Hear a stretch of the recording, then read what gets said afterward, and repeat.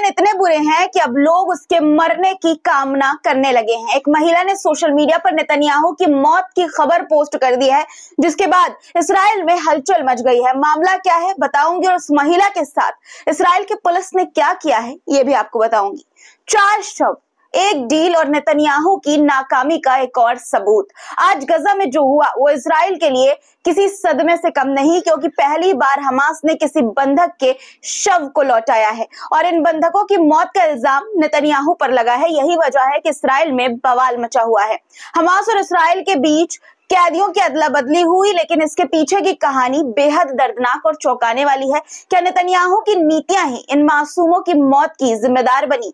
क्या ये युद्ध किसी नतीजे तक पहुंच रहा है? और क्यों खुद नेतन्याहू 4 बंधकों के, अपने ही देश के 4 बंधकों के जनाजे में शामिल नहीं हुए हैं, जिन्हें हमास ने रिहा किया है, जिनके शव को सौंपा है? इन सवालों के जवाब के साथ आपको कुछ खास तस्वीरें भी आज दिखाऊंगी जो सामने आई है। कैसे हमास ने एक बार फिर इस्राइल को चिढ़ाया है दिखाऊंगी आपको। हमास का कौन सा नया बयान सामने आया है बताऊंगी, और खुद इस्राइल के राष्ट्रपति ने क्यों माफी मांगी है अपने देश की जनता से ये भी बताऊंगी। ज़योनी सैन्य विश्लेषक ने भी नेतन्याहू को खरी खोटी सुनाई है। क्यों सुनाई है, क्या कुछ कहा है, आगे बताऊंगी। फिलिस्तीन में एक और घर तबाह कर दिया गया है। मासूम लोगों पर आंसू गैस के गोले बरसाए गए हैं। गजा के लिए मिस्र से राहत सामग्री भेजी गई है, लेकिन इस्राइल उसे अंदर नहीं जाने दे रहा है। इस बीच रूस और यूक्रेन युद्ध में भी नया मोड़ आ गया है और यूरोप को अब अपनी सुरक्षा की चिंता सता रही है। पूरा मामला क्या है, सभी खबरें तफसील के साथ, डिटेल के साथ आपको एक एक खबर बताऊंगी, इसलिए पूरा वीडियो अंत तक देखिएगा। वीडियो शुरू करने से पहले रोज की तरह अपने भाइयों, बड़ों और बहनों से गुजारिश कि वीडियो लाइक कर दिया करिए, और जो लोग हर रोज लाइक करते हैं मेरे कहने से उनका बहुत बहुत बहुत सारा शुक्रिया। कमेंट में अपनी राय भी जरूर लिखा करिए। चलिए अब शुरू करते हैं वीडियो। द लाइव टीवी, सच सबसे आगे।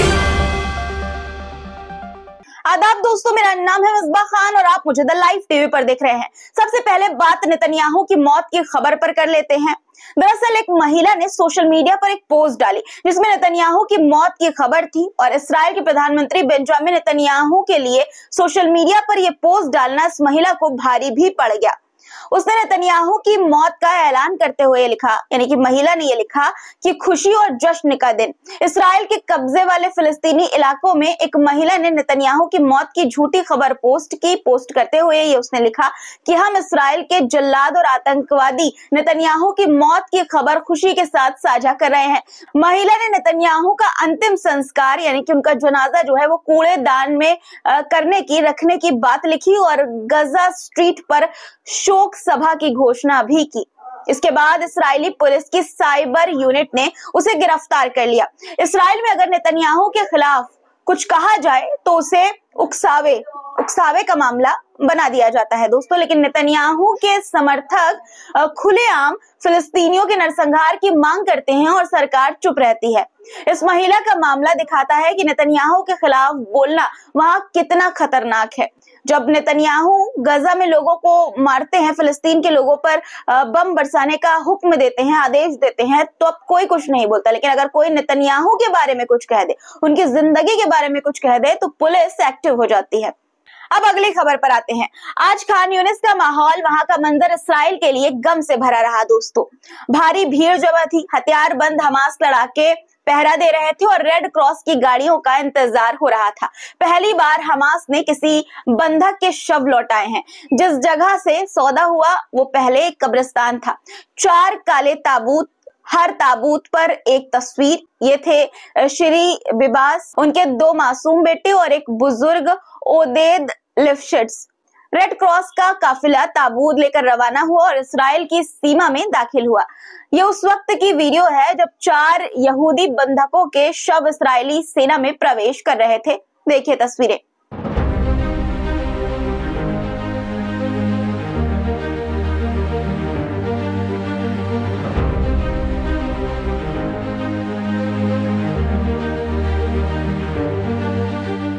इस्राइली पुलिस ने शवों को सलामी दी, लेकिन इस सलामी में जीत नहीं, मातम छिपा था। बता दें कि शवों को सबसे पहले तेल अवीव के फोरेंसिक संस्थान ले जाया गया, जहां उनकी पहचान की जो है वो पुष्टि हुई, यानी पहचान की गई। इस्राइली राष्ट्रपति इस दौरान इस्राएली राष्ट्रपति इसाक हर्जोग ने माफी मांगी है, अपनी जनता से माफी मांगी है। उन्होंने कहा कि पूरी कौम का दिल छलनी हो गया है, हमने उन्हें बचाने के लिए पर्याप्त यानी कि पूरी कोशिश नहीं की। आगे उन्होंने कहा कि हमने बंधकों को जिंदा लौटाने में नाकामी पाई, हम माफी चाहते हैं। दूसरी तरफ हमास ने आज भी इस्राइल को चढ़ाने का, नेतन्याहू को चढ़ाने का एक भी मौका, इस्राइल की सेना को चढ़ाने का एक भी मौका गवाया नहीं।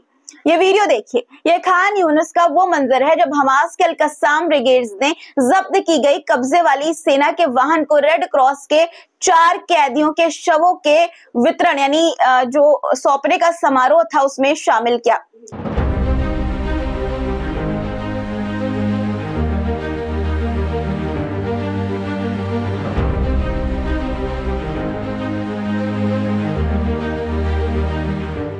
दोस्तों, इस डील के दौरान स्टेज पर एक पोस्टर दिखा जिस पर यह लिखा हुआ था कि युद्ध अपराधी नेतन्याहू ने इन्हें मारा है अमेरिकी मिसाइलों से, और साथ ही शैतान जैसी नेतन्याहू की तस्वीर भी लगी हुई थी। और 4 जो सैनिक मरे हैं। हमास का कहना है कि नेतन्याहू ने जो हमले करवाए उसमें मरे हैं। उनकी फोटो नेतन्याहू के मुंह के सामने खून से लपटी हुई लगी हुई थी।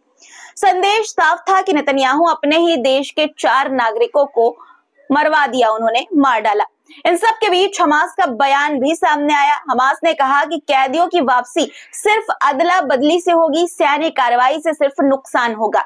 यानी अब इस्राइल को सोचना होगा कि वार्ता यानी बातचीत का रास्ता ही एकमात्र विकल्प है। अगर वो धौंस जमाने की कोशिश करेगा तो हमास बंधकों को नहीं लौटाएगा। दूसरी तरफ ज़योनी सैन्य विश्लेषक अमीर बार शालोम का एक बयान भी सामने आया, जिन्होंने नेतन्याहू को खूब खरी खोटी सुनाई है। उन्होंने कहा कि नेतन्याहू अपनी नाकामी के लिए दूसरों को जिम्मेदार ठहरा रहे हैं, जबकि हर डील में उन्होंने बाधाएं डाली। उन्होंने सूत्रों के हवाले से इस्राइल की सुरक्षा एजेंसियों को ही दोषी ठहराया है कि वे बंधकों की रिहाई के लिए सही तरीके से बातचीत नहीं कर पाए, लेकिन असल में खुद नेतन्याहू ने ही इस्राइली टीम पर सख्त पाबंदियां लगाई थी और हर दौर की जो बातचीत है उसको अपने हिसाब से सीमित कर दिया था, अपने हिसाब से तोड़ मरोड़ दिया था। अब जब नतीजा खराब निकला तो वो खुद को निर्दोष साबित करने में लगे हुए हैं और सारी गलती दूसरे पर डाल रहे हैं।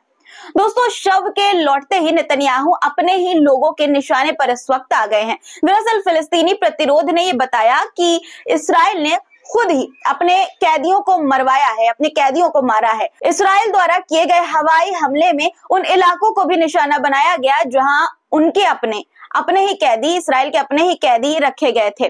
पहले जब इस्राएली कैदी छोड़े गए थे तब वे पूरी तरह स्वस्थ थे, हेल्दी थे, लेकिन जब वो उनके शव लौटाए गए तो उनकी हालत बहुत ही खराब थी। सबसे बड़ी बात यह है कि इस्राएली टीवी चैनल ने हमास की इस अदला बदली की कोई तस्वीर ही नहीं दिखाई अपने देश में। वो नहीं चाहते कि जनता को असली हकीकत पता चले। दोस्तों, इस्राएल की संसद के नेता, जो इस्राएल की कैनेट्स है, संसद है, उसके नेता ये कह रहे हैं कि नेतन्याहू ने खुद ही इस मिशन को असफल बनाया है। अब जब सच्चाई सामने आ रही है तो नेतन्याहू इन 4 कैदियों के जनाजे में भी शामिल नहीं हो रहे हैं। जी हाँ, खबरों के मुताबिक खुद ये फैसला नेतन्याहू ने लिया है कि वो जनाजे में शामिल जो 4 कैदियों को इस्राइल को सौंपा है उसमें शामिल नेतन्याहू नहीं होंगे। अब शायद नेतन्याहू को डर सता रहा हो कि कहीं धर दबोचे ना जाए। आपको क्या लगता है? कमेंट में लिखिएगा। अब बात फिलिस्तीन में फिर से मची तबाही की करते हैं।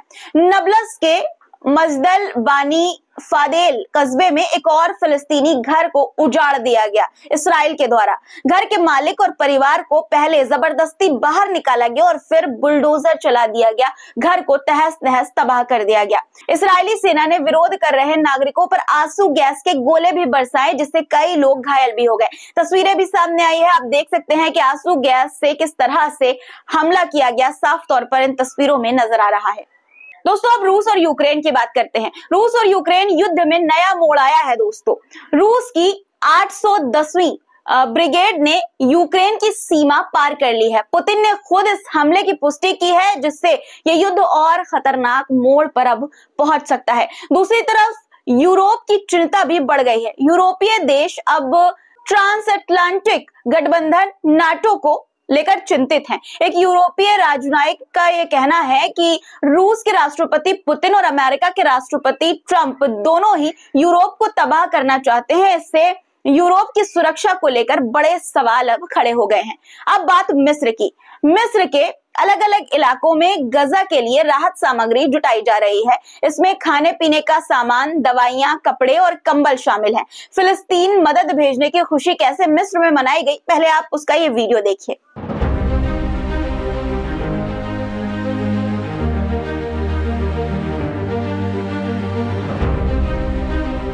हालांकि इस खुशी में अब इसराइल रुकावट बन गया है। इसराइल की सरकार रुकावट बन गई है। इसराइल इस राहत सामग्री को गजा में प्रवेश नहीं करने दे रहा है, जिससे वहां के लोगों की तकलीफ और भी ज्यादा बढ़ गई है।